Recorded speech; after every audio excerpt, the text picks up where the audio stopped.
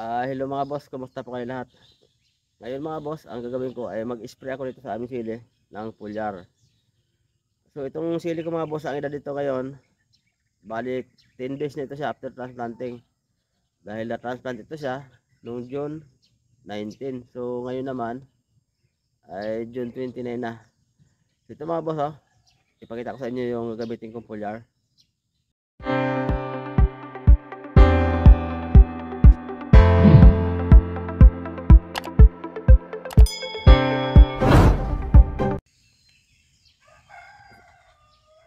So ngayon mga boss, ang gagamitin kong foliar ito.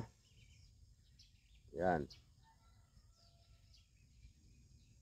Ito yung NAVE 88. So ito mga boss yung gamitin ko. Ang laman nitong isang sachet, 6 ml to. So yung recommendation naman, 12 ml per 60 liter. So dalawang ganito ang ititimpla ko dito sa isang tangke sprayer. Para sakto lang sa 12 ml. Kasi 6 ml ang laman nito isang sachet. Ito mga boss yung yung NAVE 88 Ultra. So ano ito siya mga boss Roth Exudate. Itong NAVE.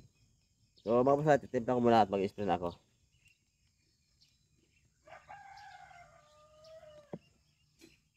Ang gagawin ko mga boss ito, tunawin ko muna dito sa may tabo na may tubig. Liquid ko ito liquid ko ang laman nito.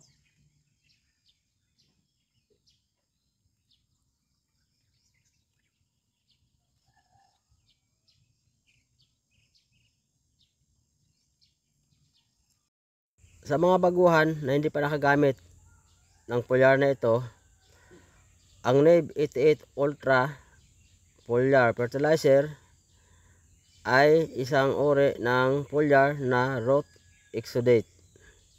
So yan ang NAVE Ultra. Ang recommendation nito mga boss ng NAVE 88 Ultra sa mga gulay, kahit anong gulay, 7 days after transplanting, pwede na mag-apply nito. Pwede na mag-spray sa dosage na recommended na 12 ml per 60 liters sa tubig. So ayan mga boss sa gulay. Sa palay naman, ang recommendation sa palay nito 10 to 15 days after transplanting ng palay, pwede na mag-apply ng NAVE 88 Ultra. Kung sa side dressing nyo ito gamitin sa sabog ng pataba, 250 ml pwede siyang ihalo sa isang bag na abono o 50 kilos. Yan ang recommendation.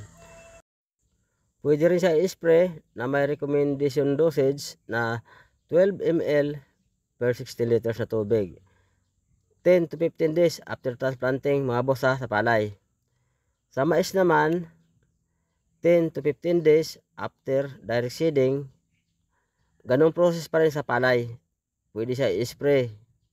Sa recommendation pa rin na 12 ml per 16 liters sa tubig. At kung sa side dressing naman, 250 ml ihalo sa 50 kilos na pataba o isang bag na abono. So sa mga gulay mga boss, ang interval nito 7 days interval ang pag-spray nito mga boss. Every 7 days ang interval ng pag-spray nito sa mga gulay. Halimbawa, start ka na 7 days, yung gulay mo, ang ulit mo 14 days, tapos ang ulit 21 days. So yan mga boss ang recommendation application nitong NAVE 88 Ultra. Pampaugat ito mga boss, pampakondisyon ito ng ugat ng tanim. Kahit siya i-spray mo siya, ang labas nito, ang resulta niya, pag-absorb ng dahon sa ugat siya lalabas. Kaya ang ugat ng tanim ay malago at malusog. Kasi na-try na namin yan, kahit sa palay. Kaya nga siya, Roth Exudate. So yan mga boss sa hindi pa nakagamit nitong NAVE 88 Ultra. So sa mga baguhan mga boss, dito lang kayo magtambay sa akin channel at sigurado may matutunan kayo rito mga boss. Tuloy lang kayo mga boss sa pagsuporta at panonood sa mga video at sinisikap ko rin na makapag-upload ng mga video palagi para may matutunan yung mga baguhan natin na mga bossing. Ngayon pala magsimula, magsaka. Oh yeah, Albert Crossblade. Yeah. Okay, bigyan ng magsasaka mula Luzon, Visayas at Mindanao. Nagbabahagi ng kaalaman sa kapwa magsasaka. Habang Crossblade kagatabayan ka na, kaya kung baguhan ka dito ka na magtambay kay Albert Crossblade at sigurado may matutunan ka. Albert Crossblade, tuturuan ka niya ng step by step kung paano magtanim at mag-alaga ng mga gulay-palay at iba pa. Kaya kung baguhan ka at ngayon ka pa lang magmataan, dito ka lang manood kay Albert Crossblade Channel. Albert Crossblade share tips and technique about city farming and other vegetable crops. Albert Crossblade Channel. Albert Crossblade share tips and technique.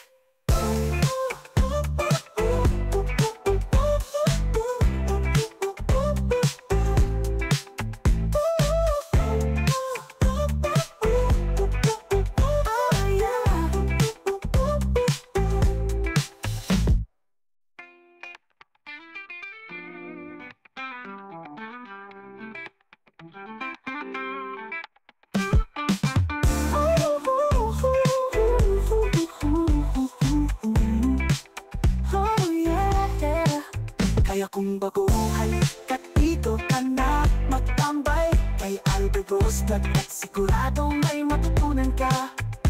Albert Crossblade, tuturuan ka niya ng step by step kung paano magtanim at mag-alaga ng mga gulay-palay at iba pa. Kaya kung baguhan ka at ngayon ka pa lang magtatanim, dito ka lang manood kay Albert Crossblade Channel.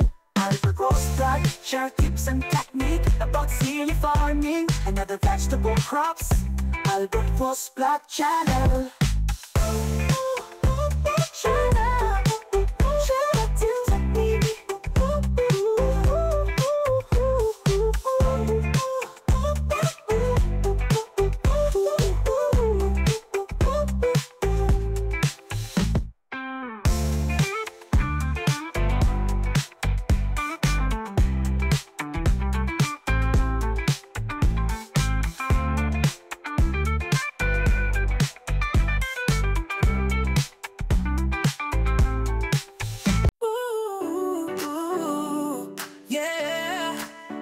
Albert Crossblade, kahit di ka na magsasaka, Luzon, Visayas at Mindanao, nagbabahagi ng kaalaman sa kapwa masasaka. Lalo na sa mga baguhan na ngayon palang magtatanim, Albert Crossblade, kagabayan ka niya. Kaya kung baguhan ka dito ka lang magkamabay at sigurado may matutunan ka. Kay Albert Crossblade, tuturuan ka step by step kung paano magtanim at mag-alaga ng mga gulay-palay at iba pa.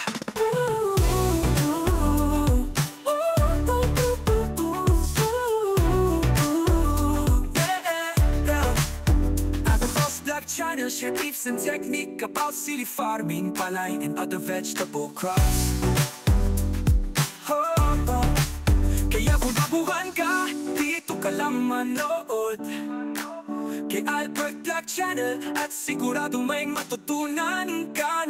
Albert Crossblade share tips and technique about silly farming, palay and other vegetable crops.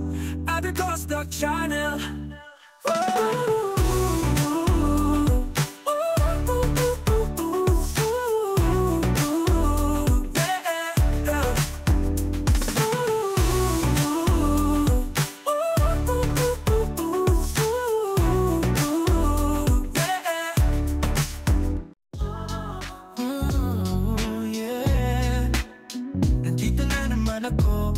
Kasama ang mga tropa.